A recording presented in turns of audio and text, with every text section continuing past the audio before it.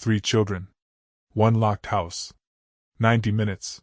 When their parents returned from a simple grocery run, Tyler, Sophia, and Owen Merrick had vanished without a trace. No forced entry. No witnesses. No ransom.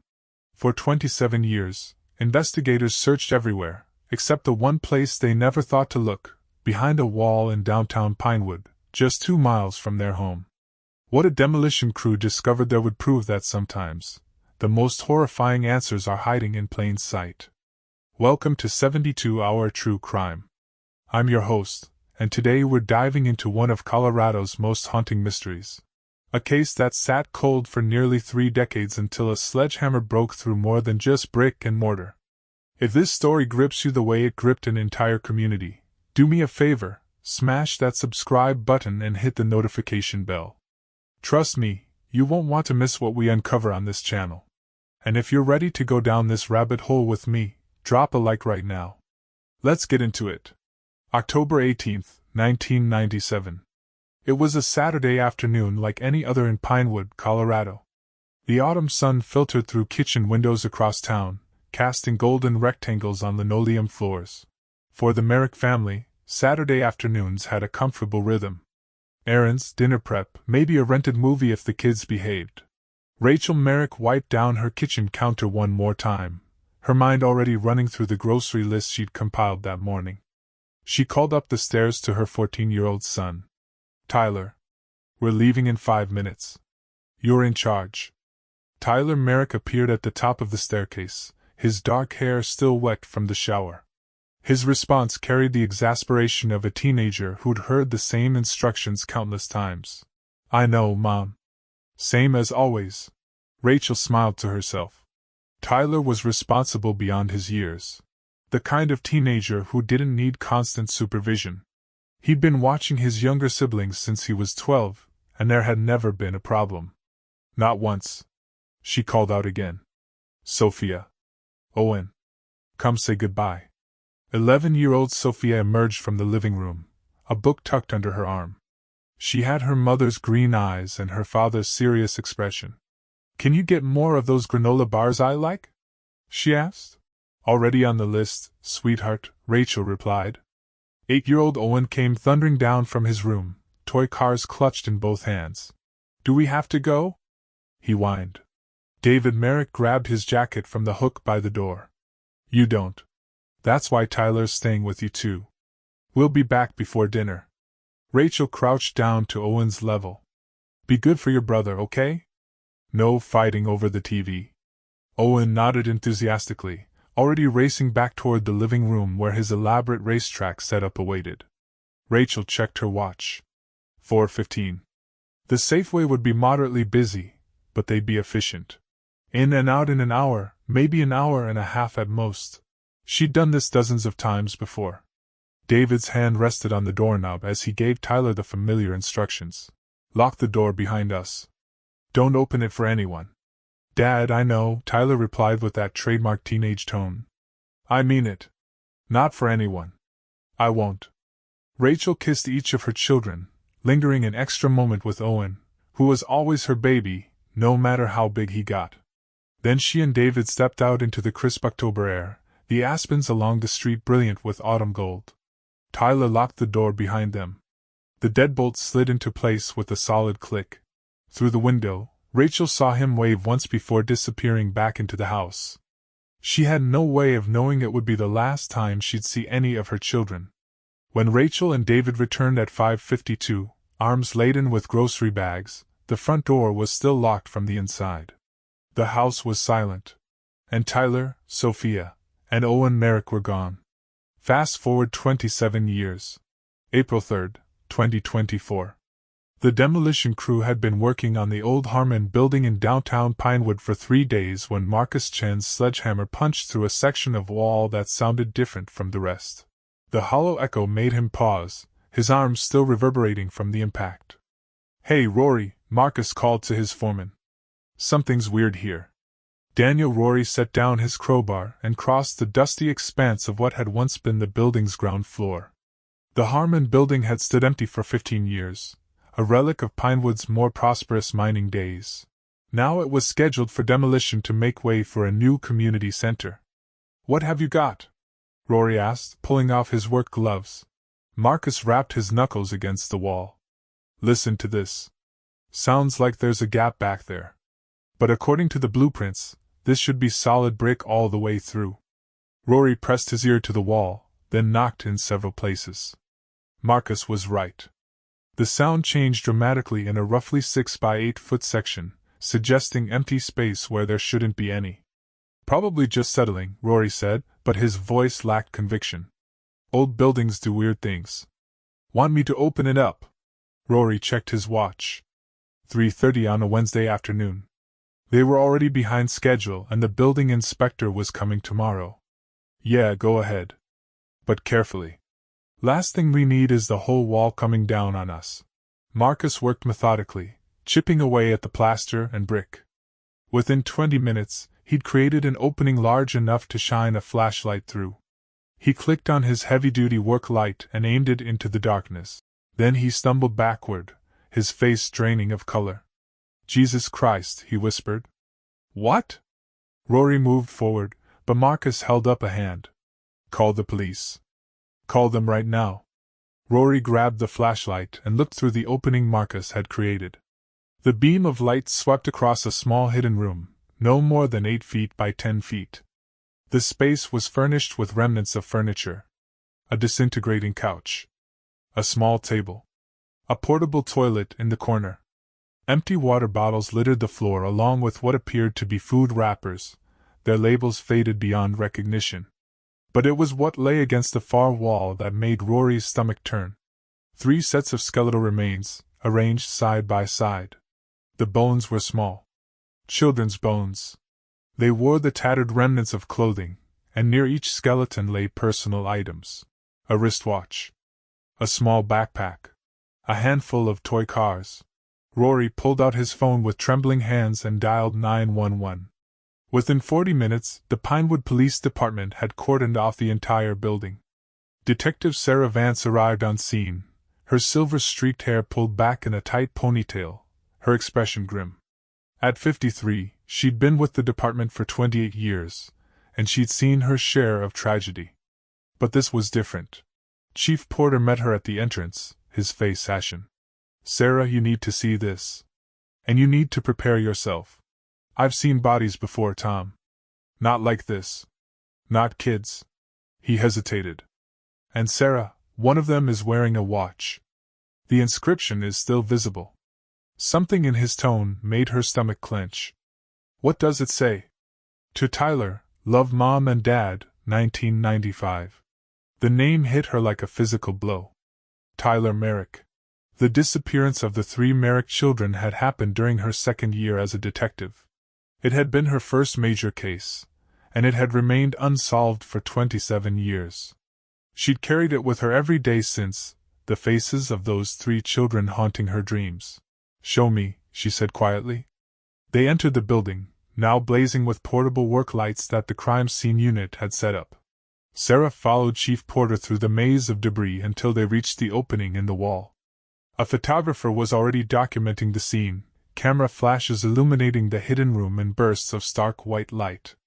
Sarah peered through the opening, and for a moment she couldn't breathe. 27 years. She'd searched for these children for 27 years.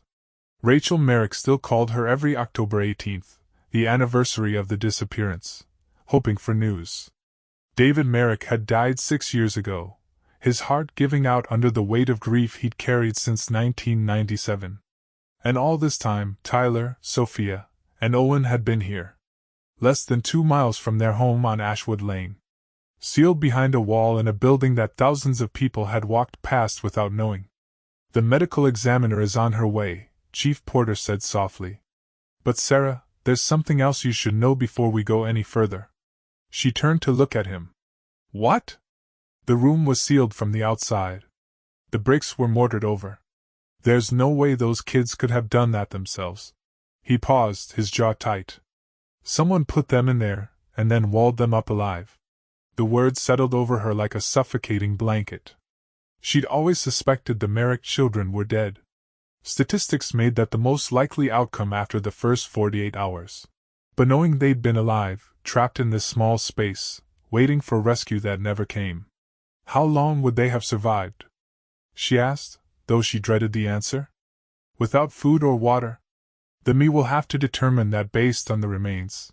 But Sarah, look at the water bottles. Look at the food wrappers. Someone was bringing them supplies. Sarah's head snapped up. What? Porter pointed to a section of the wall opposite the one they'd opened. There's a small panel there. Looks like it could be opened from the outside. We think that's how someone passed items through. So they were kept here, Sarah said slowly, her detective's mind starting to overcome the initial shock. This wasn't just a murder. This was imprisonment. For how long, we don't know yet. But yes. Someone kept 3 children in this room, behind a sealed wall, in the center of town. Porter's voice hardened. And that someone has been walking around free for 27 years. Sarah pulled out her phone and dialed a number she knew by heart.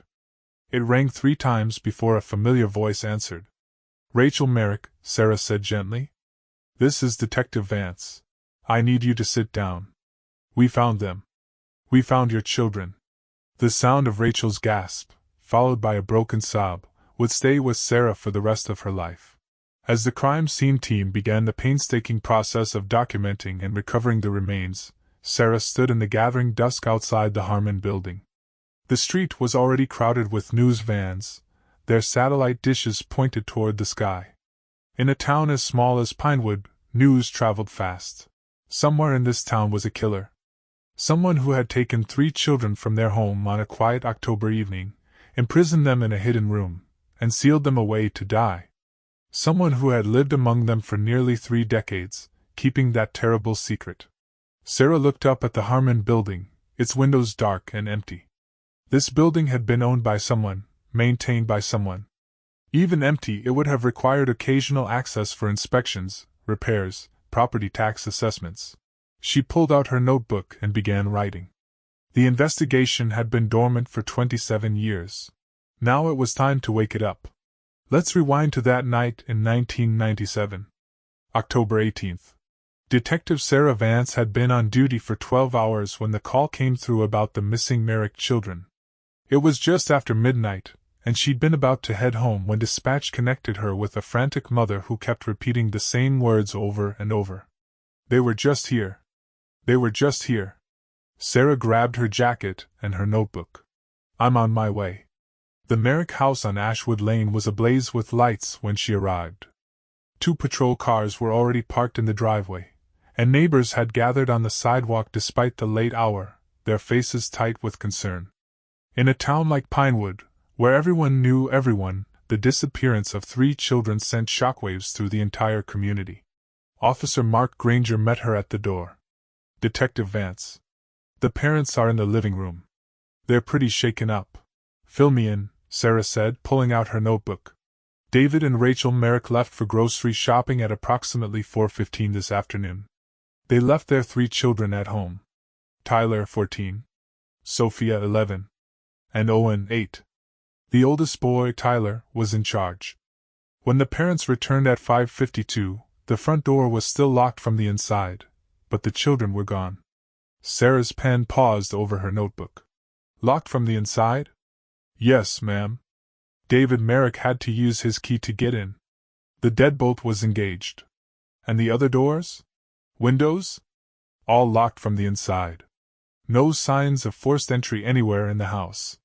Sarah followed Granger into the living room where Rachel and David Merrick sat on the couch, holding hands so tightly their knuckles had gone white. Rachel's eyes were red and swollen, her face blotchy from crying. David stared straight ahead, his jaw clenched. Mr. and Mrs. Merrick, Sarah said gently, taking a seat across from them. I'm Detective Sarah Vance. I'm going to do everything in my power to find your children. But I need you to help me. Can you walk me through exactly what happened today? Rachel nodded, wiping at her eyes with a tissue that had been shredded to pieces. We left at 4:15. Just a normal grocery run. We do it every Saturday. Tyler always watches the other 2. 2. He's so responsible, Detective. He's never let us down. Did you notice anything unusual before you left? Anyone watching the house? Any strange phone calls? No, David said, his voice hoarse. Nothing. It was just a normal day. And when you returned? Everything looked fine from outside, Rachel continued. The lights were on. I remember thinking Tyler must have started dinner because I could see the kitchen light. But when we got to the door, her voice broke. It was locked. David had to unlock it with his key. Did that strike you as odd? A little, David admitted. Tyler usually unlocks it when he hears us pull up. But I thought maybe he was upstairs or in the bathroom. I didn't think. He trailed off. What happened when you entered? The house was silent, Rachel whispered. I called for them. All three of them. But there was no answer. We searched every room, every closet, the basement, the attic. They weren't there. Sarah made notes quickly. Was anything out of place? Anything taken? No. Their backpacks were still in their rooms. Owen's toy cars were still set up in the living room like he'd been playing with them, and just walked away. The TV was on, playing some cartoon. Rachel's voice rose with panic. Detective, where could they have gone? How could they have left without unlocking the door? That was the question that would haunt Sarah for years to come. She spent the next 3 hours systematically searching the house. The Merrick home was a modest 2-story with 3 bedrooms upstairs, a bathroom, and the main living areas downstairs. The basement was unfinished, used primarily for storage and laundry. Every window was locked from the inside. Every door was secure. In Tyler's room, Sarah found a math textbook open on his desk, a half-finished homework assignment beside it. In Sophia's room, a book lay open on the bed, a bookmark suggesting she'd been in the middle of Chapter 7. Owen's room was a chaos of toys and drawings, the colorful mess of an 8-year-old's imagination. None of it suggested a planned departure. By 3 o'clock in the morning, Sarah had called in additional officers to conduct a grid search of the neighborhood. They walked every street, knocked on every door, questioned anyone who might have seen something. The grocery store's security footage showed David and Rachel entering at 4:23 and leaving at 5:47, their cart full of bags. Their timeline checked out perfectly. But the children had simply vanished. As dawn broke over Pinewood, Sarah stood in the Merrick's backyard, looking back at the house. The bedroom windows stared down at her like empty eyes. Somewhere, 3 children were missing. Somewhere, someone knew what had happened to them. The media descended on Pinewood by mid-morning. News vans from Denver filled the streets, reporters shoving microphones at anyone willing to talk. Rachel and David made a tearful plea for their children's return, their faces broadcast across Colorado and beyond. Tyler. Sophia. Owen. Rachel sobbed into the cameras. If you can see this, we love you.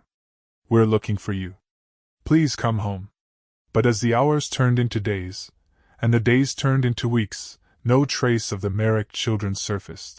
Search parties combed the mountains surrounding Pinewood. Divers searched the reservoir. Bloodhounds tracked scents that led nowhere. The FBI brought in specialists. Psychics offered their services.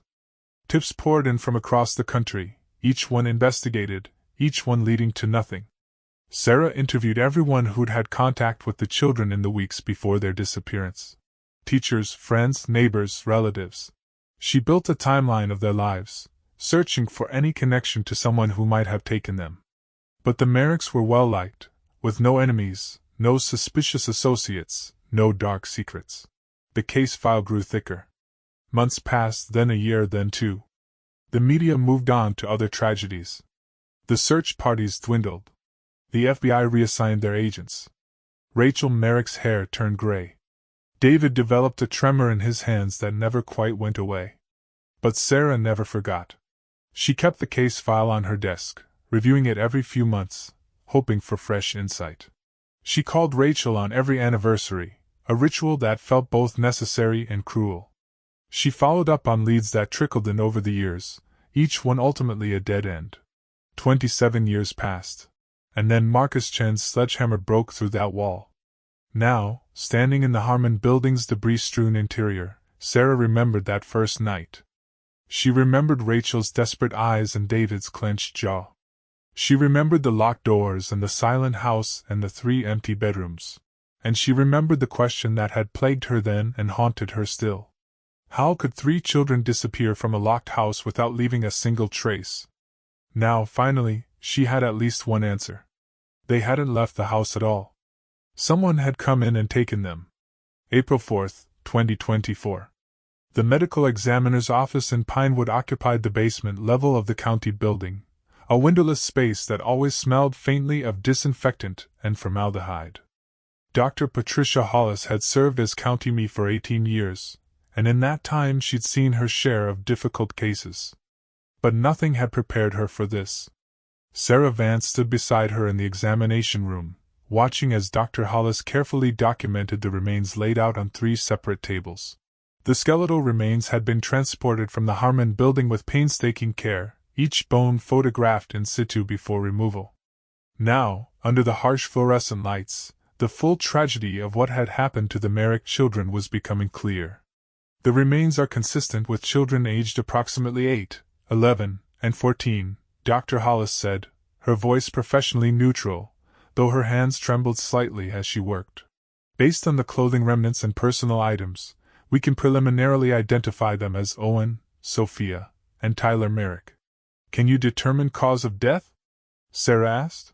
Dr. Hollis was silent for a long moment, adjusting her glasses as she examined Tyler's skeleton. There's no obvious trauma to any of the bones.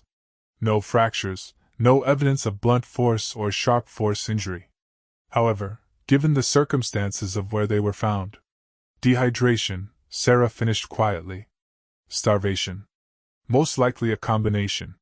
Without access to adequate food and water, children that age. Dr. Hollis cleared her throat.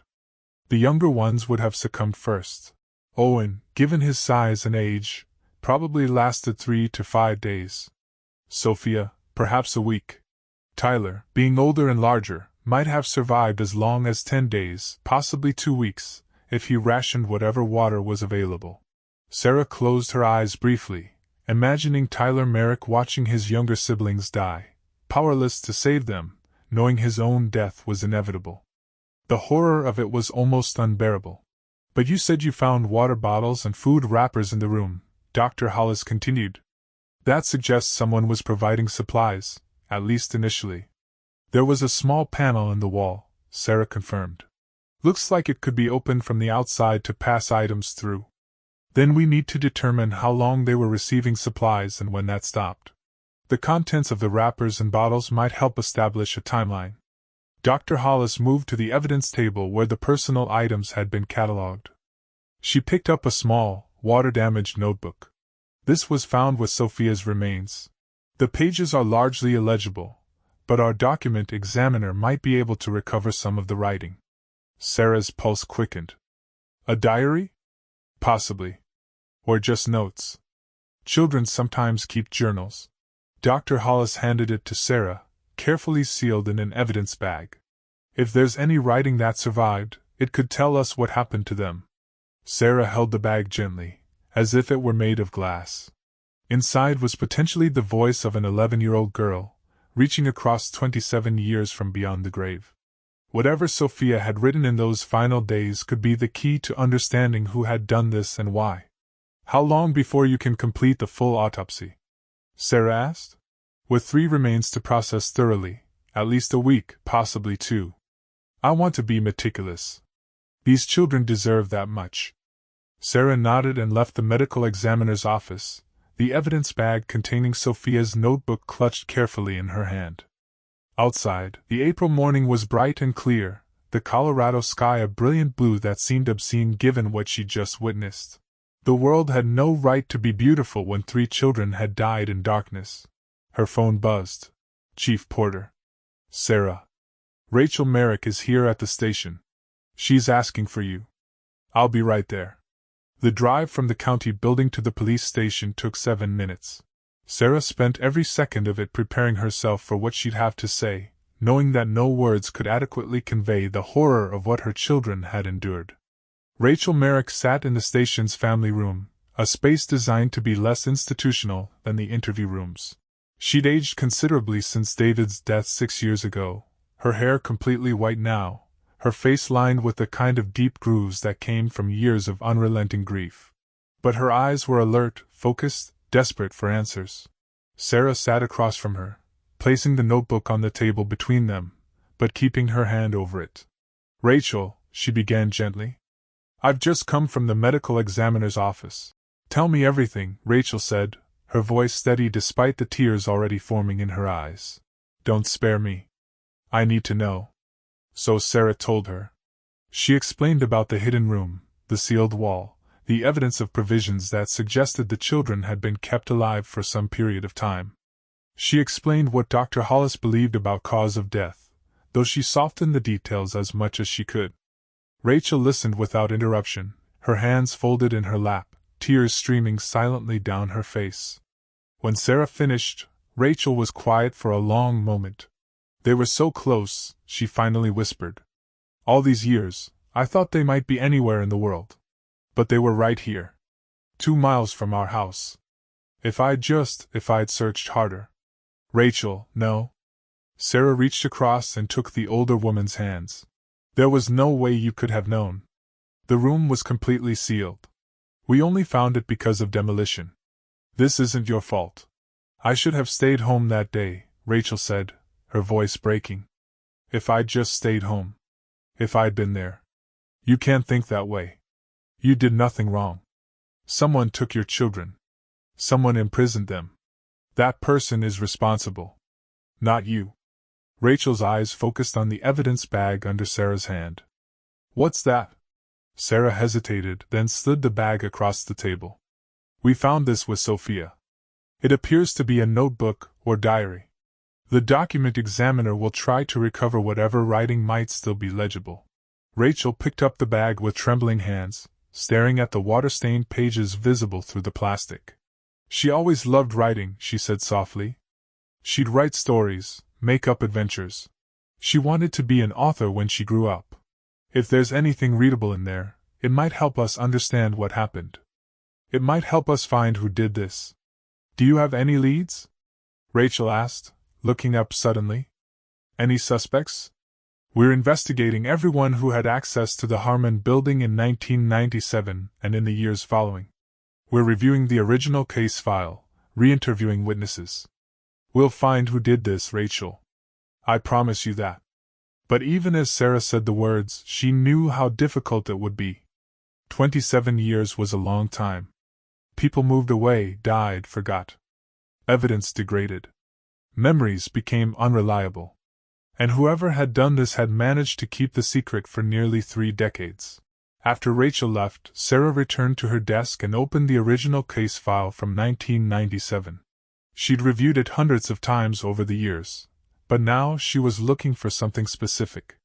Any connection, however tenuous, to the Harmon building. The building had been owned by Harmon Enterprises, a local investment company, since its construction in 1952. In 1997, it had housed several businesses. A law office on the 2nd floor, an insurance agency on the 3rd, and the ground floor had been undergoing renovation to become a restaurant that never opened. Sarah pulled up the property records on her computer.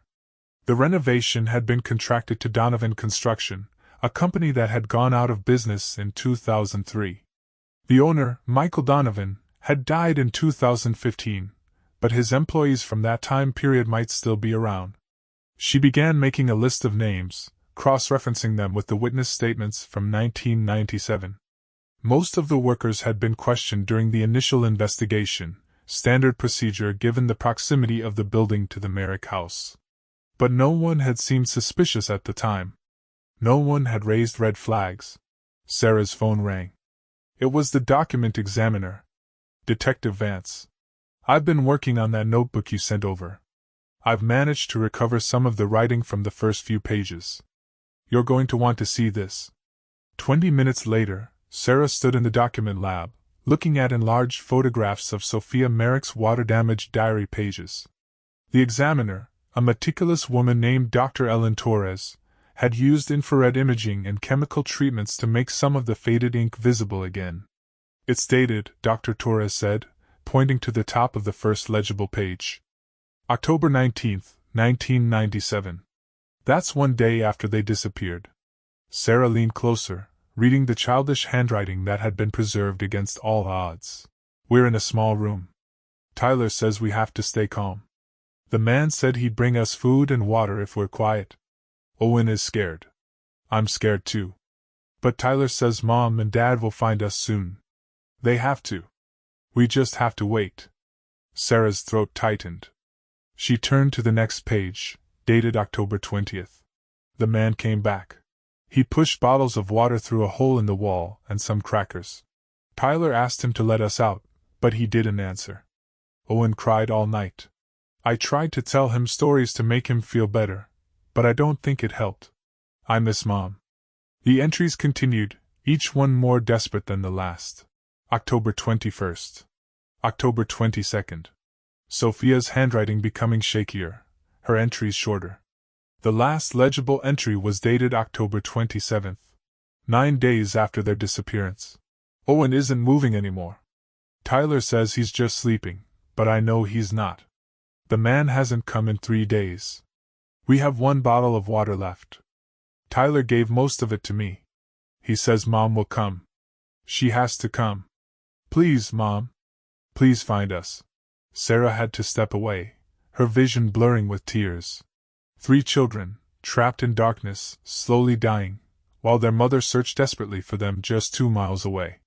There's one more thing, Dr. Torres said quietly. On the very last page, there's something else. Not Sophia's writing.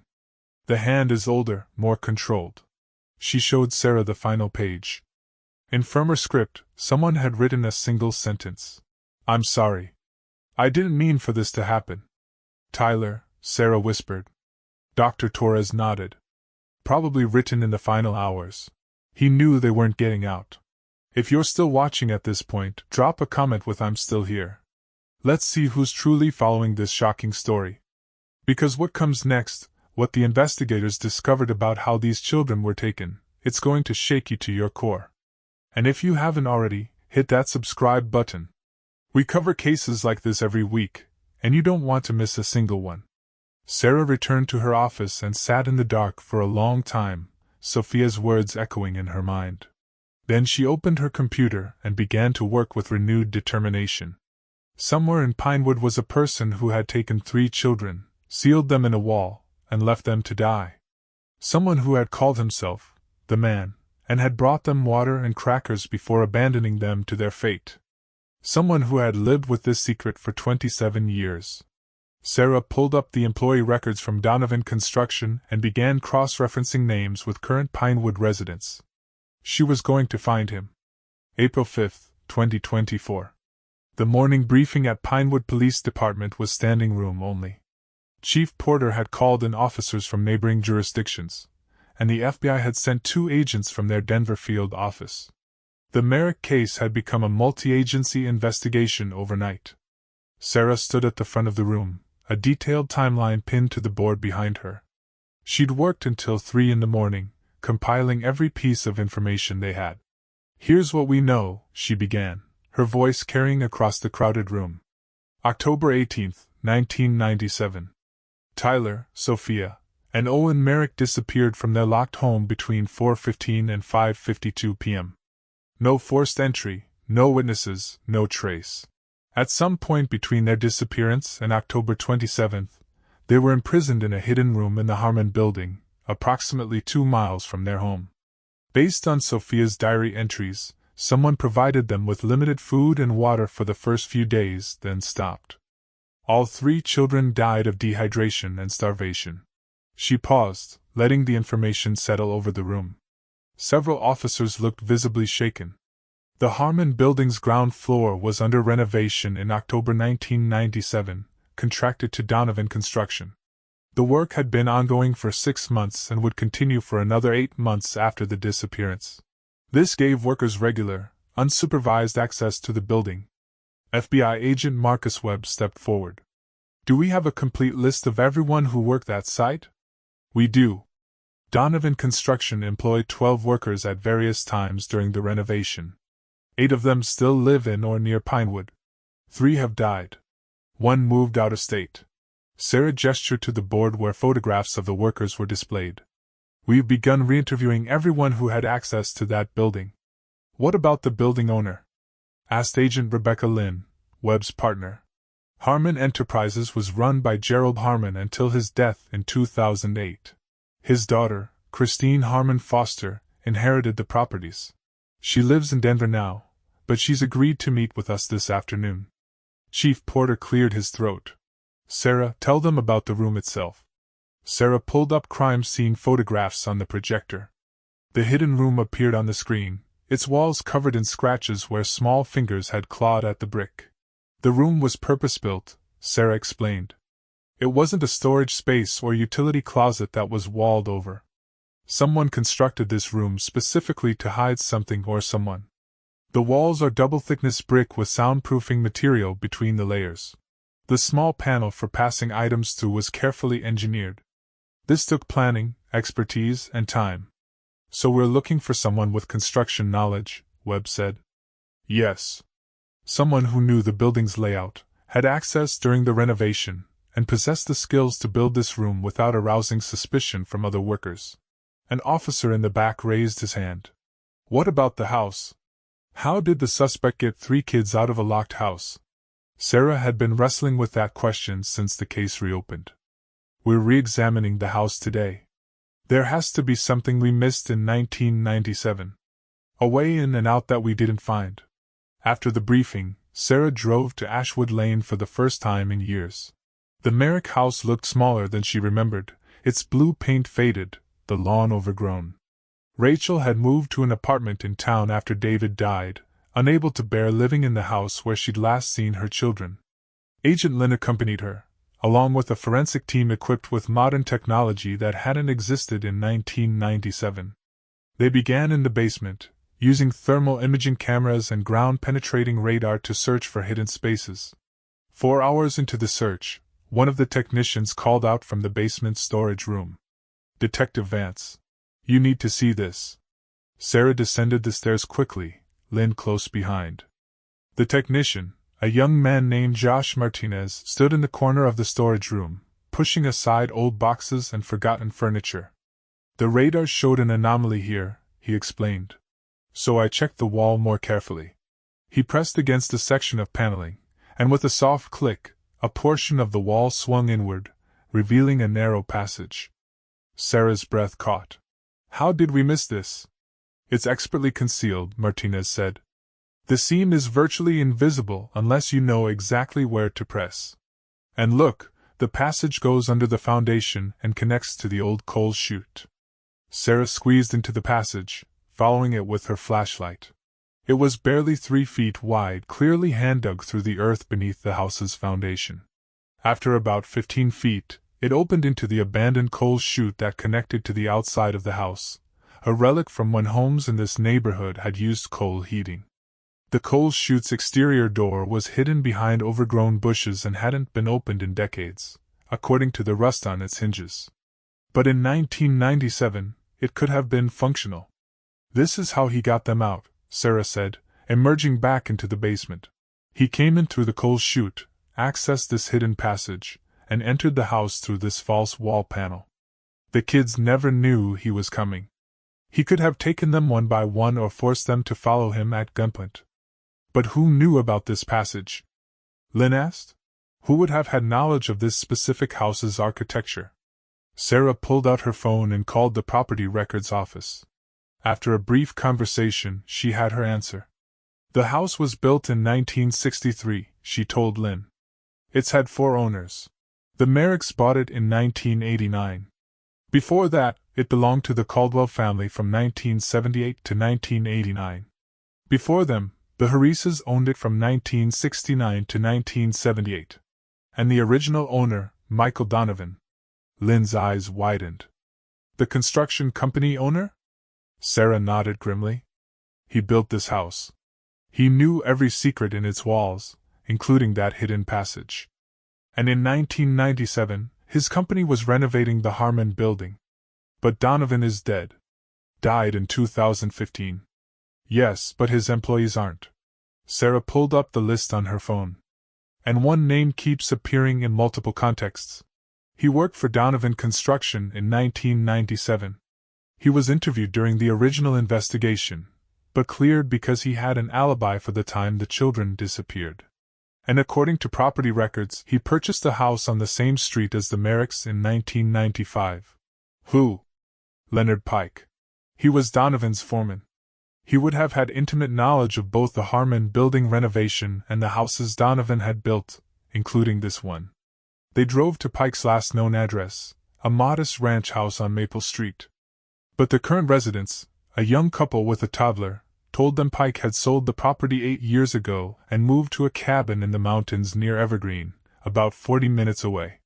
Sarah and Lynn made the drive in silence, both processing the implications of what they'd discovered. If Pike was their suspect, he'd been living free for 27 years while the Merrick family suffered. The cabin was isolated, set back from the road and surrounded by dense pine forest. Pike's truck was parked in the driveway, an old Ford with a faded Broncos sticker on the bumper. Sarah knocked on the door, her hand resting on her service weapon. The man who answered was in his late 60s, heavy-set with a gray beard and suspicious eyes. "Can I help you?" Sarah held up her badge. "Mr. Leonard Pike. I'm Detective Sarah Vance, Pinewood Police Department. This is Agent Rebecca Lynn with the FBI. We need to ask you some questions about your time with Donovan Construction." Pike's expression didn't change. "That was a long time ago." "Yes, sir. 27 years. We're investigating the disappearance of the Merrick children." Something flickered in Pike's eyes. Fear. Guilt. Sarah couldn't quite read it. "I already talked to the police back then," Pike said. "Told them everything I knew, which was nothing. We'd like to go over your statement again. New evidence has come to light." "What kind of evidence?" "We've found the children's remains, Mr. Pike, in the Harmon building. In a hidden room that was constructed during the 1997 renovation when you were site foreman." Pike's face went pale. "I don't know anything about that." "May we come in, Mr. Pike?" Agent Lynn asked, her voice calm but firm. "Do you have a warrant?" "We can get one, but it would be easier if you cooperated voluntarily." Pike stood in the doorway for a long moment, calculating. Finally, he stepped aside. "Fine. But I'm telling you, I don't know anything." The cabin's interior was neat and sparse. Hunting trophies mounted on the walls, a well-worn recliner facing a television, a small kitchen visible through an archway. On the mantel above the fireplace, Sarah noticed several photographs. One of them made her stop cold. It was a family photo from the 1980s. A younger Leonard Pike standing beside a woman and a teenage boy. The boy looked to be about 15, with dark hair and an awkward smile. "Is this your family?" Sarah asked, picking up the frame. "That's my ex-wife, Helen, and my son, Gary," Pike said. "Taken in 1985. Why? Where are they now?" "Helen died in a car accident in 1998. Pike's voice hardened. "Gary, I haven't spoken to him in 20 years. He took off after his mother died. Haven't heard from him since." Sarah examined the photograph more closely. "Your son would have been around 27 in 1997? 28. What's this got to do with anything? Did he ever work for Donovan Construction?" Pike's jaw tightened. "Sometimes. During summers, school breaks. Mike Donovan gave him odd jobs to help out." "Why are you asking about Gary?" Sarah exchanged a glance with Agent Lynn.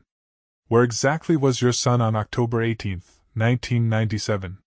"How the hell should I know? Like I said, I haven't talked to him in years."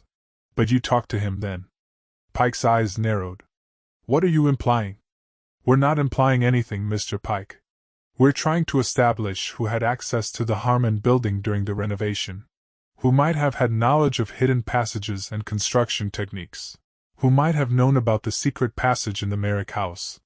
"The what?" Sarah watched his reaction carefully. Either Pike was an excellent actor or he genuinely didn't know about the passage in the basement. Michael Donovan built the Merrick house in 1963. It has a hidden passage connecting the basement to the old coal chute. Someone used that passage to abduct the children. Pike sank into his recliner, his face ashen. Jesus Christ. Did your son know about that passage? I don't know. Maybe. Mike used to tell stories about the houses he built, the shortcuts he took, the clever tricks he incorporated. Gary loved hearing about it. He wanted to be a builder like Mike. We need to find your son, Mr. Pike, Agent Lynn said. Do you have any idea where he might be? Pike shook his head slowly. No. Last I heard he was drifting around Colorado, taking construction work where he could find it. But that was 15 years ago. Sarah pulled out a notepad. We'll need his full name, date of birth, social security number if you have it, and any photographs. As Pike provided the information, Sarah felt the pieces beginning to align. Gary Pike would have been the right age in 1997. He'd had access to the Harmon building through his father's construction company. He would have heard stories about Michael Donovan's construction techniques, possibly including the hidden passages in the houses Donovan built. And he disappeared shortly after the Merrick children were sealed in that wall. Mr. Pike, Sarah said carefully, did your son have any psychological issues, any history of violence or inappropriate behavior? Pike was silent for a long moment. When he finally spoke, his voice was barely above a whisper. After Helen died, Gary changed. He became fixated on things, obsessive. He'd follow people sometimes, watch them. I caught him outside a neighbor's house one night, just staring in their windows. When I confronted him, he said he was protecting them, keeping them safe. Pike looked up at Sarah, his eyes haunted. I tried to get him help, but he refused. And then he just left. Sarah's pulse quickened. Did he ever show inappropriate interest in children? Pike's silence was answer enough. They left the cabin with a photograph of Gary Pike and a promise from Leonard to call immediately if his son made contact. In the car, Agent Lynn pulled up Gary Pike's information on her laptop. He's had a few addresses over the years, she said, scrolling through databases. Boulder in 2000. Fort Collins in 2005. Grand Junction in 2010. But nothing current. No employment records after 2012. No tax returns. It's like he vanished. Or learned to stay off the grid, Sarah said. Start running his photo through facial recognition. Check it against any surveillance footage from the Harmon building demolition site. If he's been watching the news, if he knows we found the bodies, he might come back. You think he's still alive? I think he's out there somewhere. And I think he's been living with what he did for 27 years. Sarah pulled onto the highway heading back toward Pinewood. People like that don't just disappear. They're somewhere, watching, waiting.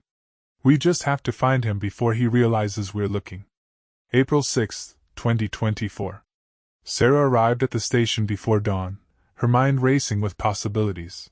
She'd spent the night reviewing everything they knew about Gary Pike, constructing a psychological profile of a man who might have imprisoned 3 children and then vanished into the Colorado landscape. The conference room had been converted into a command center.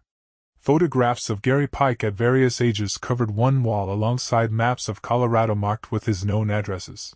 Agent Webb was already there, on the phone with the FBI's Behavioral Analysis Unit. They're sending someone up from Quantico, he told Sarah as he hung up. Should be here by this afternoon. But based on what we've told them, they agree Pike fits the profile. Obsessive tendencies, difficulty with social relationships, access and opportunity, disappearance following the crime. Sarah pinned up the most recent photograph of Gary Pike. They'd found a driver's license photo from 2011. He would be 55 now, his dark hair likely grayed, but his features should still be recognizable. The photo showed a man with hollow cheeks and intense eyes that seemed to look through the camera rather than at it. I've been thinking about the supplies, Sarah said, staring at the photo. Sophia's diary mentioned that the man brought them water and crackers for the first few days, then stopped. Why would he stop? Webb considered this. Guilt. Fear of being caught. Or maybe he intended to let them out eventually, but something changed. Or he panicked. Sarah turned to face him. What if Gary Pike didn't plan for this to go the way it did? What if something went wrong? You think the imprisonment was accidental? Not the abduction. That required planning and premeditation. But maybe he intended something different. Maybe he was going to keep them longer, moved them somewhere else, and then couldn't go through with it. Chief Porter entered the room carrying a file folder. "Sarah, we got the records from Donovan Construction. I think you need to see this." He spread several documents across the table. Work schedules, time sheets, project notes, from October 1997. Sarah scanned them quickly, then stopped at one particular entry. "Gary Pike called in sick on October 18th, she read aloud. "He didn't show up for work that entire week. That was his alibi," Porter said. "Leonard said Gary had the flu, stayed home in bed. We never pressed it because Leonard seemed credible, and there was no reason to suspect Gary at the time." "But Leonard wasn't home during the day," Sarah said, checking the original interview notes. "He was at the work site. He couldn't actually verify that Gary was home." Webb pulled up Gary's employment records on his laptop. "And look at this. Gary requested that week off 3 weeks in advance. October 13th, he submitted a formal request for vacation time. October 18th through 24th. Sarah felt eyes settle in her stomach. He planned it. He knew exactly when he was going to take them. "But why that specific week?" Porter asked. Sarah returned to the original case file, flipping through the witness statements until she found what she was looking for. The renovation at the Harmon building. That week they were scheduled to work on the interior walls of the ground floor. It was the perfect time to construct a hidden room. Everyone expected new walls to be going up. Gary could have built it in plain sight. "Jesus," Webb muttered. "He was probably working on it for weeks before, a little at a time. And then he took that week off to finish it, and put the children inside." Sarah's phone rang. It was Dr. Torres from the document lab. "Detective Vance. I've recovered more of Sophia's diary entries. I'm sending them to you now. But there's something you should know." In one of the entries, she describes the man's voice. She says he sounded sad, like he was crying. Sarah pulled up the scanned images on her phone. The entry was dated October 22nd, 4 days after the abduction. "The man came again today. He pushed more water through the hole and some bread. Tyler asked him why he's doing this. The man didn't answer at first, then he said, 'I'm keeping you safe.' His voice sounded funny, like he was crying. Tyler said, 'We're not safe here. We want to go home.' The man said, 'You can't. She won't let me.' Then he left. I don't know who she is." Sarah read the passage aloud to Webb and Porter. "She won't let me," she repeated. Who was he talking about? "His mother died in 1998, Webb said, consulting his notes. "But in October 1997, she was still alive. Helen Pike." Porter was already pulling up Helen Pike's information. "Car accident, January 1998. Single vehicle collision on Highway 285. She lost control on black ice and hit a tree. Died instantly." "What if it wasn't an accident?" Sarah said slowly. "What if Gary killed her?" Webb shook his head. "That's a big leap." "Is it? Think about it. He abducts 3 children, imprisons them in a hidden room. Sophia says he mentioned a she who won't let him release them. 3 months later, his mother dies in a convenient accident. Then Gary disappears and is never heard from again. You think Helen knew what he'd done? Or he believed she did? Maybe she suspected something. Maybe she confronted him." Sarah paced the room, the pieces aligning in her mind. "Gary was obsessive," his father said. "Fixated on things. What if he became fixated on the Merrick children? Followed them, watched them, learned their routines. And then he took them. But he didn't know what to do with them once he had them. So he hid them in the room he'd built," Webb continued the thought. "Brought them supplies because he couldn't just let them die. But he couldn't let them go either. And when his mother found out, or he thought she might find out, he killed her to keep the secret safe." Porter looked skeptical. "We need evidence to support that theory." "Then let's find it." Sarah grabbed her jacket. "I want to see the accident report from Helen Pike's death. And I want to search Gary's last known residence. If he's still alive, if he's been following this case, he might make contact. Killers like him, they can't resist knowing what we know."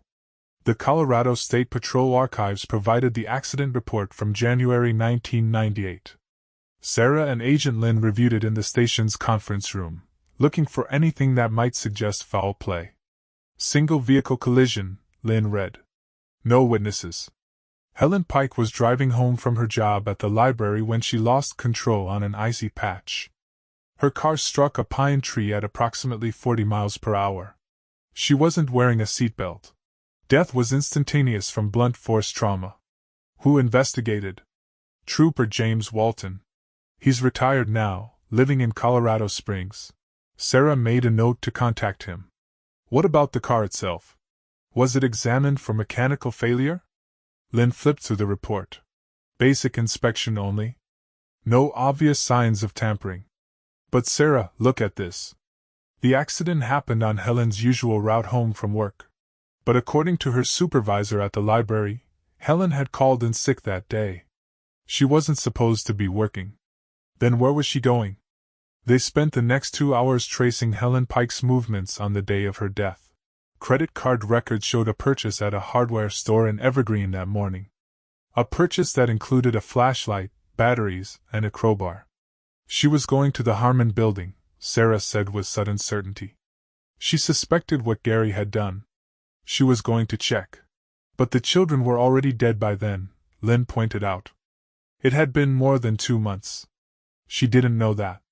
Or maybe she did and she was looking for evidence. Either way, Gary found out. He couldn't risk her discovering that room. Lynn pulled up a map on her computer. The accident happened on Highway 285, about 15 miles from the Harmon building.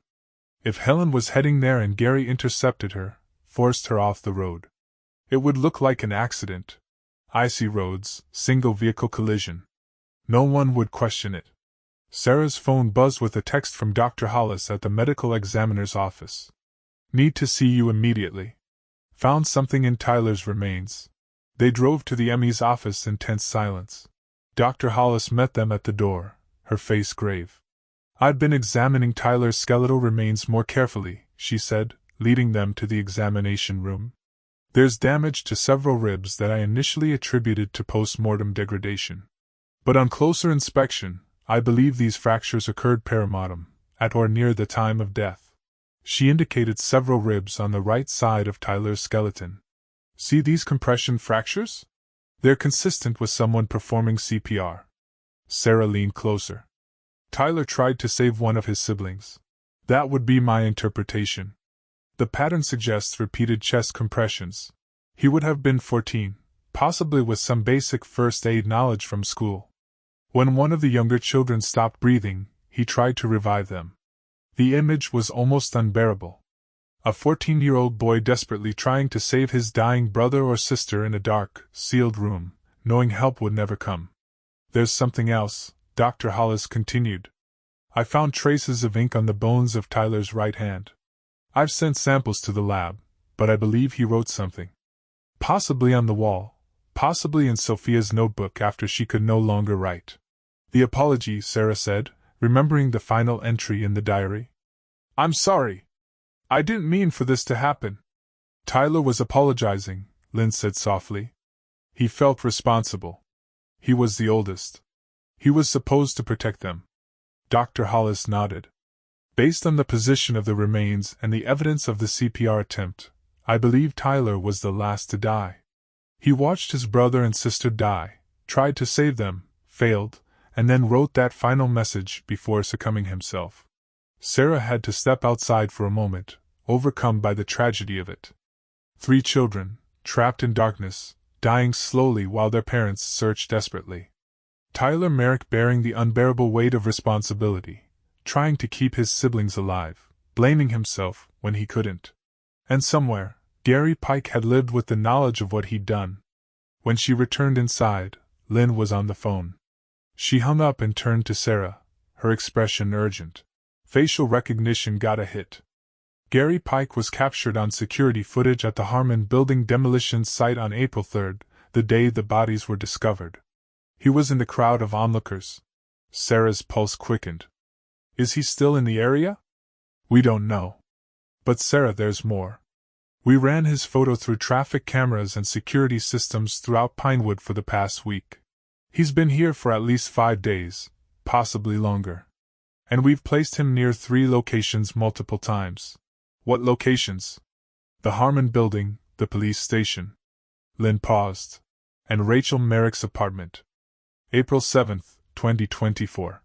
Rachel Merrick's apartment building stood on Elm Street, a modest 3-story structure with 12 units. Sarah and a team of 4 officers arrived just after midnight, moving quietly to avoid alerting anyone who might be watching. Agent Webb had insisted on setting up a protective detail, but Rachel had refused to leave her home. "I've run from this for 27 years, she'd said. "I'm not running anymore." Sarah knocked softly on apartment 2B. Rachel answered immediately, as if she'd been waiting by the door. Her face was pale but determined. "Is he out there?" she asked. "We don't know. But we have evidence that someone matching Gary Pike's description has been in this area multiple times over the past week." Sarah entered the apartment, checking the windows. "We're positioning officers in the building and on the street. If he comes back, we'll know." Rachel moved to the window, looking out at the darkened street below. Why would he come here after all these years? Why now? "The discovery of the bodies," Sarah explained. "For someone like Gary Pike, if our profile is correct, the secret has defined his entire life. Now that it's been exposed, he might feel compelled to face it. To face you. What does he want? We don't know. Maybe absolution. Maybe he wants to explain himself, justify what he did. Or maybe..." Sarah hesitated. "Maybe he wants to finish what he started," Rachel said quietly. Sarah didn't contradict her. They'd discussed this possibility in the briefing, that Gary Pike might view Rachel as unfinished business, the mother who'd escaped the fate of her children. They sat in Rachel's living room, the lights dimmed, waiting. The apartment was filled with photographs of Tyler, Sophia, and Owen at various ages. School pictures, vacation snapshots, casual moments captured in time. Rachel had built a shrine to her lost children, their frozen smiles watching over her from every wall. Hours passed. Sarah's radio crackled periodically with check-ins from the officers positioned around the building. Nothing. No movement. No sign of anyone matching Pike's description. At 3 a.m, Sarah's phone buzzed. A text from Lynn. Security footage from library parking lot. Pike was there 20 minutes ago. The library? Helen Pike's former workplace. Sarah stood abruptly. "I need to go. Officer Martinez will stay with you. Don't open the door for anyone." She drove to the Pinewood Library with her siren off, not wanting to alert Pike if he was still in the area. The library had closed at 9, but the parking lot was illuminated by tall streetlights. Sarah parked and scanned the area, her hand on her weapon. A figure stood near the library's entrance, barely visible in the shadows. Male, approximately 6 feet tall, wearing a dark jacket. Sarah approached slowly, calling out, "Gary Pike. This is Detective Sarah Vance, Pinewood Police Department. I need you to show me your hands." The figure turned, and in the streetlight's glow, Sarah saw his face clearly for the first time. Gary Pike had aged considerably from his last photograph. His hair gray and thinning, his face deeply lined. But his eyes, those intense, hollow eyes, were unmistakable. "I knew you'd find me eventually," he said, his voice rough from disuse. His hands remained at his sides. "Put your hands where I can see them, Gary. I'm not armed." He raised his hands slowly, palms out. "I just wanted to see it one more time." "The library? My mother worked here." Sarah kept her distance, her weapon drawn but not aimed. "You've been watching the news. You know we found them. I saw the demolition on TV. I thought maybe enough time had passed. That maybe they'd just tear it down and never know." His voice broke. "But you found them. Why are you here, Gary?" "I don't know anymore. I've been driving around Pinewood for days, trying to remember why I did it. Trying to understand." He looked at Sarah with eyes full of anguish. "I was supposed to protect them." "Protect them from what?" "From everything. From the world. It's not safe out there, you know. People get hurt. Children get taken. Bad things happen. He was rambling now, his words tumbling over each other. I saw them playing in their yard and they were so happy, so innocent. I wanted to keep them that way. Safe. Sarah's radio crackled. Backup was arriving, but she held up her hand, signaling them to stay back. So you took them. You locked them in that room. It was supposed to be temporary. Just until I could make a better place for them. Somewhere clean and bright and safe. I brought them water, food. I talked to them through the wall, told them it would be okay. But it wasn't okay, Gary. They died. All three of them. His face crumpled. My mother found out. She went through my things, found the floor plans I'd drawn. She said I was sick, that I needed help. She threatened to go to the police. He wiped at his eyes. I couldn't let her do that. They would have taken the children away, put them back in the dangerous world. So you killed her. I didn't mean to. We argued in her car. She was driving to the Harmon building. Said she was going to get them out. I grabbed the wheel, just to stop her. The car went off the road. His voice dropped to a whisper. I sat there and watched her die. And then I went back to the room, but I couldn't open it. Couldn't face what I'd done. You left them there. You sealed them in and walked away. I thought if I disappeared, if I just went away, maybe someone would find them. Maybe they'd still be alive. I checked the news every day for months, waiting to hear they'd been rescued. But there was nothing. And I realized. He broke down completely, falling to his knees. I realized they were dead, and it was my fault.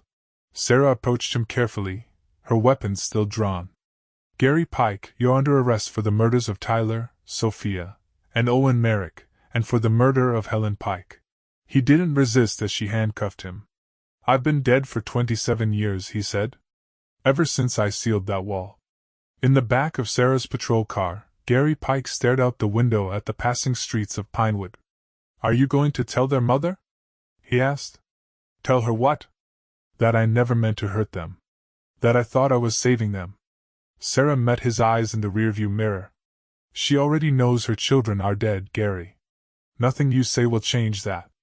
But maybe knowing why, knowing what happened to them, will help her find some peace. I used to watch her, you know. After. I'd see her putting up missing posters, talking to reporters, searching. I wanted to tell her so many times. But I couldn't. The words wouldn't come. They arrived at the station where Agent Webb and Chief Porter were waiting. As Sarah led Gary inside, she saw Rachel Merrick standing in the lobby, Officer Martinez beside her. Rachel had insisted on coming, despite Sarah's protests. Gary Pike saw her and stopped walking. For a long moment, mother and killer faced each other across the station's fluorescent-lit space. I'm sorry, Gary whispered. I'm so sorry. Rachel's face was unreadable. She studied him with the same intense focus she'd once used to memorize her children's faces. Then she spoke, her voice clear and strong. You don't get to apologize. You don't get to make this about your guilt or your pain. My children died alone and terrified because of you. You don't get absolution. Gary's head dropped, and he began to sob. Sarah led him away to the holding cells where he would await formal charges. In the conference room, Rachel sat with Sarah and Agent Lynn, listening as they explained what Gary had confessed. She didn't cry. She didn't speak. She simply listened, absorbing every detail of her children's final days. When they finished, she asked only one question. Did they know I was looking for them? Sarah thought of Sophia's diary entries, the desperate hope in every line. Yes. They knew. Tyler told them you'd come. They believed in you until the very end. Rachel nodded slowly. Then they didn't die thinking I'd abandoned them. That's something. As dawn broke over Pinewood, Sarah stood at her office window, watching the town wake up. For 27 years, a monster had walked these streets, carrying an unbearable secret. Now he was in custody, and the Merrick children could finally rest. But the question that haunted Sarah, the question she knew would haunt everyone involved, was whether justice served after 27 years meant anything at all. Would Gary Pike's conviction bring Rachel peace? Would it ease the pain of a mother who'd spent more than half her life searching for children who'd been dead all along? She didn't have answers. She only knew that the truth, however terrible, was better than endless uncertainty. June 15, 2024. The psychiatric evaluation of Gary Pike took place over 6 weeks at the Colorado Mental Health Institute. Dr. Benjamin Cross, a forensic psychiatrist with 30 years of experience, conducted the interviews in a sterile white room with reinforced glass windows and a guard stationed outside. Sarah attended several of these sessions, watching from behind one-way glass as Dr. Cross methodically unraveled the psychology of a man who had killed 4 people and lived with that knowledge for nearly 3 decades. "Tell me about the first time you saw the Merrick children," Dr. Cross said during the 3rd session. Gary sat motionless in his chair, his hands folded on the table. He'd lost weight since his arrest, his face gaunt and hollow. It was summer. July, maybe August of 1997. I was driving past their house and saw them playing in the yard. The little boy, Owen, was laughing. Just laughing at something his brother said. And I thought, that's what innocence sounds like. What did you do? I started driving by every day. Watching them. Learning their routines. The older boy, Tyler, was responsible, protective. The girl, Sophia, was always reading. Owen played with his cars. Gary's voice took on a distant quality. I started thinking about how fragile they were. How easily they could be hurt. And you wanted to prevent that? I wanted to preserve them. Keep them safe from everything that could damage them. He looked up at Dr. Cross, his eyes pleading for understanding. Have you ever seen something so perfect you wanted to put it in a glass case? Keep it exactly as it is forever? Is that how you viewed the children? As objects to be preserved? Gary flinched. No. Not objects. They were real. They had voices, personalities.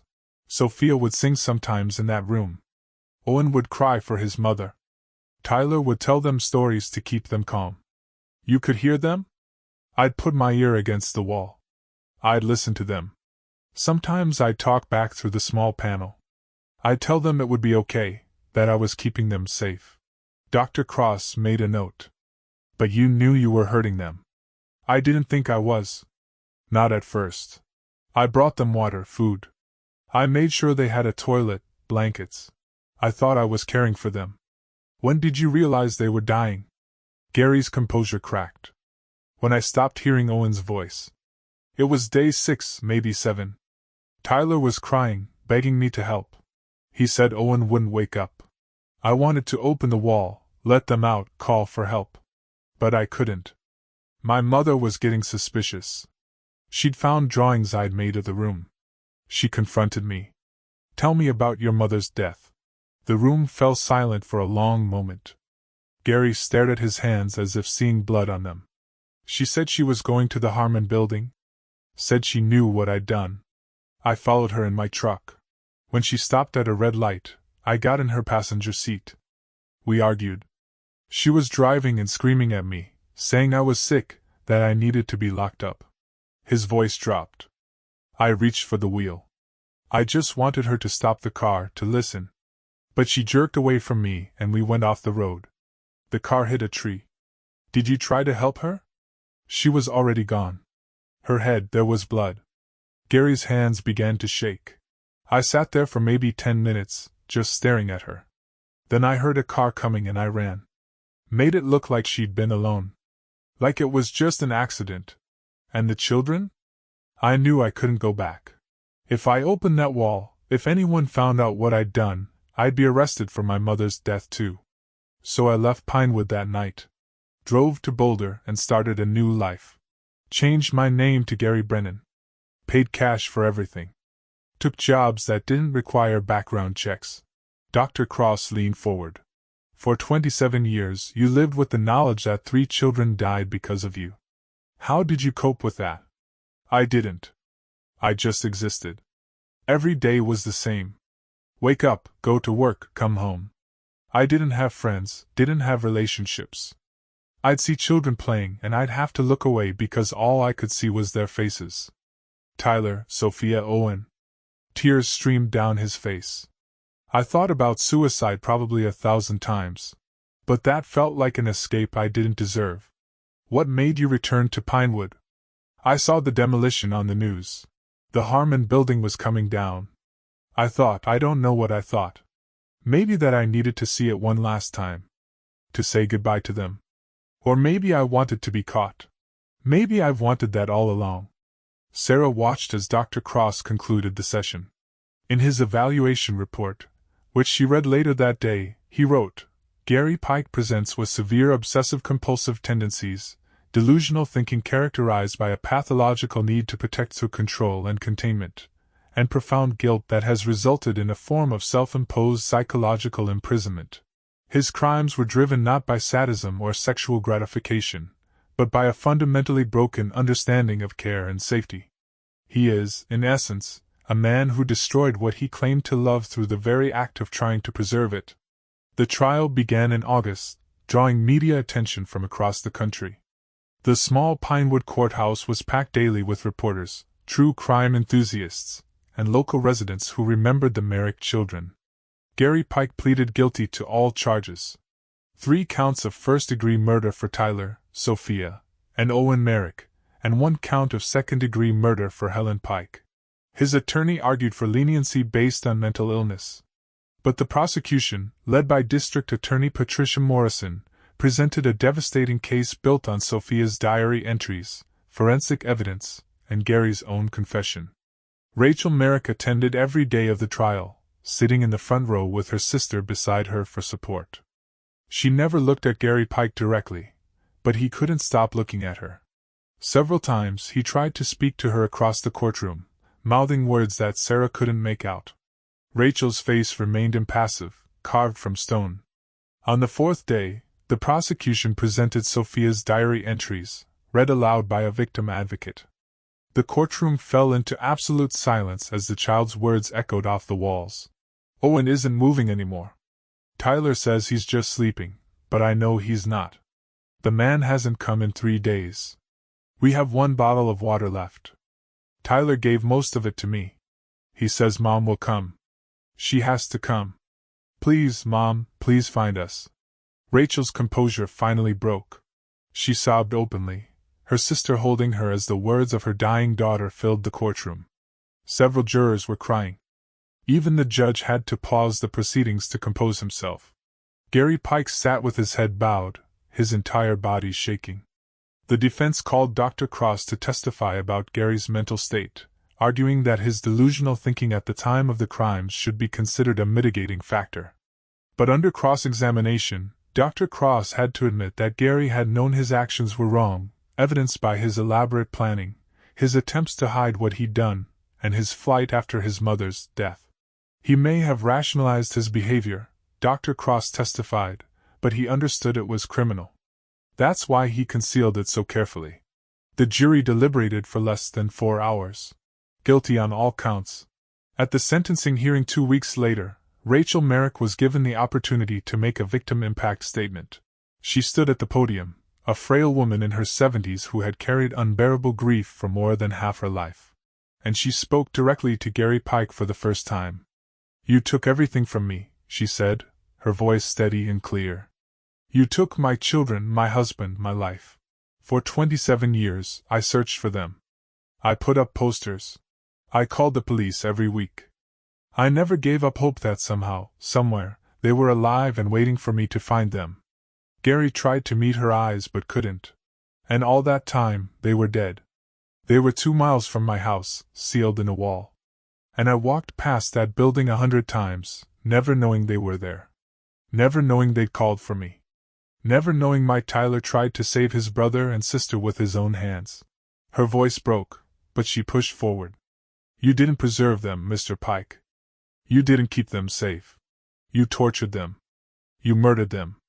And then you stole 27 years of my life by letting me hope they might still be found alive. She paused, wiping her eyes. My husband died without ever knowing what happened to our children. That guilt is yours too. You killed him just as surely as if you'd put a gun to his head. She took a breath. I hope you live a very long life in prison, Mr. Pike. I hope you wake up every day and remember what you did. I hope it haunts you the way it's haunted me. And I hope that when you finally die, you face those 3 children and have to explain yourself to them."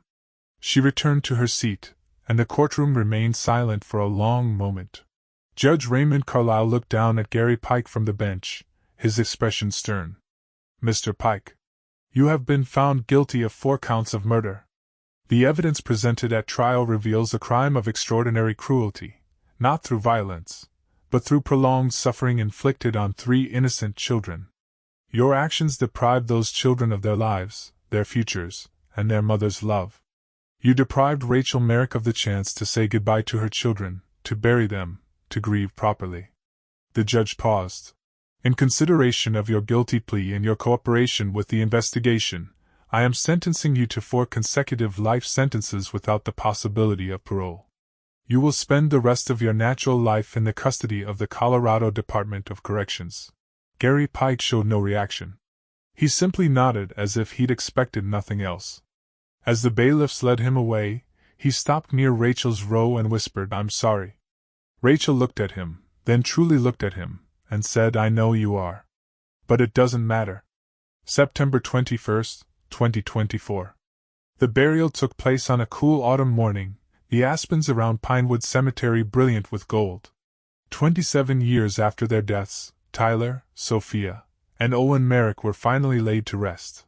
Dr. Hollis had completed her examination of the remains, and they'd been released to Rachel for burial.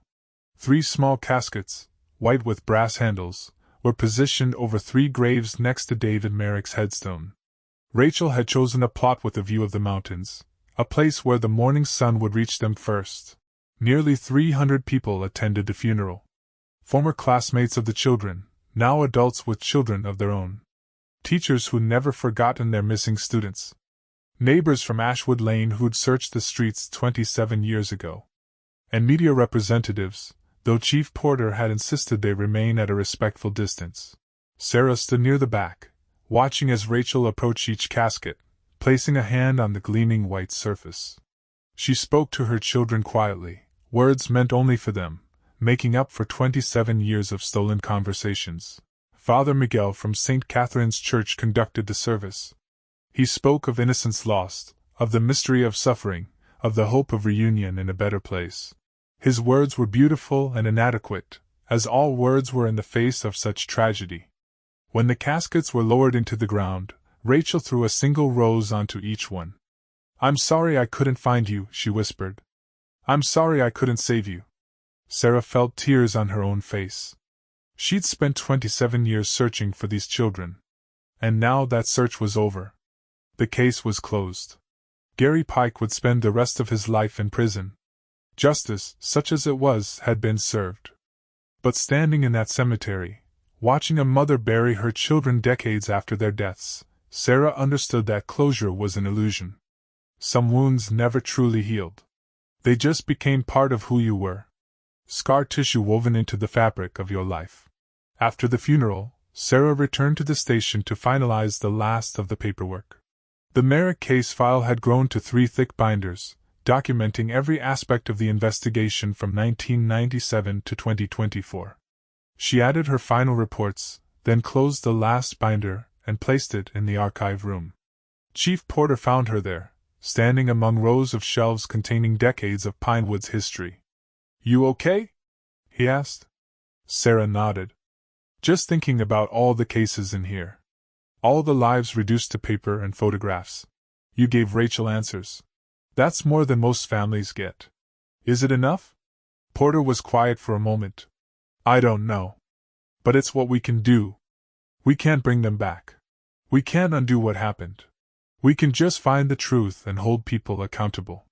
Sarah thought about Gary Pike in his cell, about Rachel Merrick going home to an empty apartment, about 3 children who never got to grow up. Sometimes the truth is just more pain. Maybe. But it's real pain. Honest pain. Not the kind that comes from wondering and imagining and hoping for things that will never be. The next day, Sarah drove to Rachel's apartment. She'd called ahead, and Rachel had agreed to see her one last time. The apartment was different. Rachel had taken down many of the photographs of her children, though a few remained. On the mantel sat 3 urns containing the ashes Rachel had chosen to keep before the burial. She'd divided each child's remains, she explained, so part of them would always be with her. I wanted to thank you, Rachel said as they sat in the living room. For never giving up. For remembering them when the rest of the world forgot. I couldn't forget, Sarah admitted. I've carried this case with me for my entire career. Those 3 faces were always in my mind. Do you think they suffered? Rachel asked the question she'd been holding back. At the end. Sarah had anticipated this and had consulted with Dr. Hollis about how to answer honestly but compassionately. The final stages of dehydration caused confusion, disorientation. They likely slipped into unconsciousness before death. Dr. Hollis believes they didn't suffer as much as we might fear. It was a small mercy, and possibly not even entirely true, but it was what Rachel needed to hear. Tyler tried to save them, Rachel said, touching the urn that held her oldest son's ashes. That's so like him. Always the protector. Always taking care of his brother and sister. He loved them very much. That much is clear from everything we found. Rachel was quiet for a long moment, then asked, Did you read the full diary? Everything Sophia wrote? Yes. She mentioned me. Asking for me. In almost every entry. She believed you'd find them. Right until the end. They all did. Fresh tears spilled down Rachel's cheeks. That makes it worse somehow. Knowing they had faith in me and I let them down. You didn't let them down, Rachel. Gary Pike took them where you couldn't follow. He hid them where no one could find them. You searched everywhere possible. You never stopped looking. But it wasn't enough. It was everything you could do. And that has to be enough, because it's all any of us can do. Before Sarah left, Rachel gave her something. A small photograph of the 3 children, taken in the summer of 1997. Tyler, Sophia, and Owen smiled at the camera, frozen in a moment of happiness before the darkness came. I want you to have this, Rachel said. So you remember them the way they were, not the way he made them. Sarah accepted the photograph, promising to keep it always. That evening, Sarah sat in her own living room, the photograph propped on her desk. She thought about the case, about all the pieces that had finally fallen into place. The hidden passage in the Merrick house. The secret room in the Harmon building. Gary Pike's obsessive delusions and his mother's fatal attempt to stop him. She thought about how close they'd come to never knowing. If the Harmon building had been demolished without that wall being discovered. If Marcus Chen's sledgehammer had struck a few feet to the left or right, the Merrick children might have remained hidden forever. Rachel would have died without ever knowing what happened to them. Sometimes truth arrived by the thinnest margins. Her phone rang. It was Agent Lynn. Sarah. I thought you'd want to know. Gary Pike tried to hang himself in his cell last night. The guards found him in time. He's in the prison hospital now. Sarah absorbed this information without surprise. Will he survive? Yes. They're putting him on suicide watch. After hanging up, Sarah wondered if Gary Pike's survival was a mercy or a cruelty. He'd said he wanted to die, that living with what he'd done was unbearable. But Rachel had wanted him to live, to face his guilt every day. Was forcing him to live its own form of justice? She didn't have answers. She just knew that the case was over. The truth was known. And 3 children could finally rest. Outside her window, the autumn evening settled over Pinewood. In the cemetery on the edge of town, 3 white headstones caught the last light of the setting sun. Their inscriptions were simple. Tyler James Merrick. 1983 to 1997. Beloved son and brother. Sophia Grace Merrick. 1986 to 1997. Forever in our hearts. Owen Michael Merrick. 1989 to 1997. Gone too soon. And beneath each name, Rachel had added the same epitaph. You were loved. You were searched for. You are remembered. The Pinewood vanishing had finally been solved. But its echoes would resonate through the small Colorado town for generations. A reminder that darkness could hide in the most ordinary places. That evil could wear a human face. And that some losses were so profound they changed the very landscape of a life. Sarah closed the case file one final time. 27 years. 3 children. One truth, finally revealed. 1 year after the discovery of the Merrick children's remains, Pinewood held a memorial ceremony at the new community center that now stood where the Harmon building once was. Rachel Merrick had worked with the town council to ensure the building included a remembrance garden, a quiet space with 3 cherry trees planted in honor of Tyler, Sophia, and Owen. Sarah attended the dedication ceremony on a bright April morning, watching as Rachel unveiled the memorial plaque.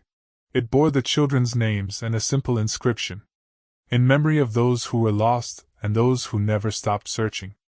Rachel had aged visibly over the past year. But there was a peace in her face that hadn't been there before. The desperate, hunted look had faded, replaced by a quiet acceptance. She would never be whole again. No parent who'd lost a child could be. But she'd found a way to carry her grief without letting it destroy her. "She's doing better," Chief Porter said, standing beside Sarah. "She volunteers at the community center now. Works with missing children's organizations. Turns her pain into purpose." Sarah nodded. It was what survivors did. They found meaning in the meaningless. Built light from darkness.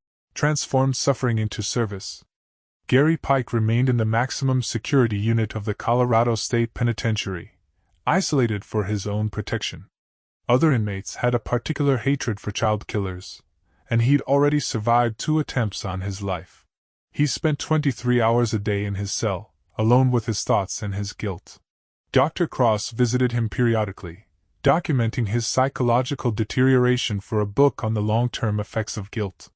Gary had stopped speaking almost entirely, sitting in silence, staring at the wall.